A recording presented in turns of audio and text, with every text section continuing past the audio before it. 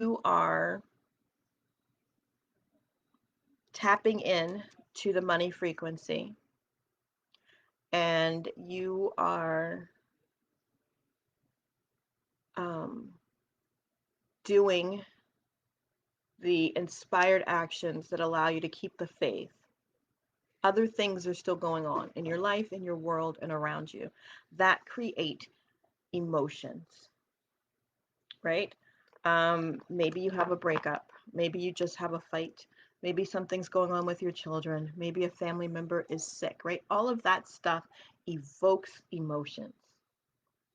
And I want you in this process and in all processes concerning manifestation to understand that your emotions are like a GPS. They are the GPS for your manifestations.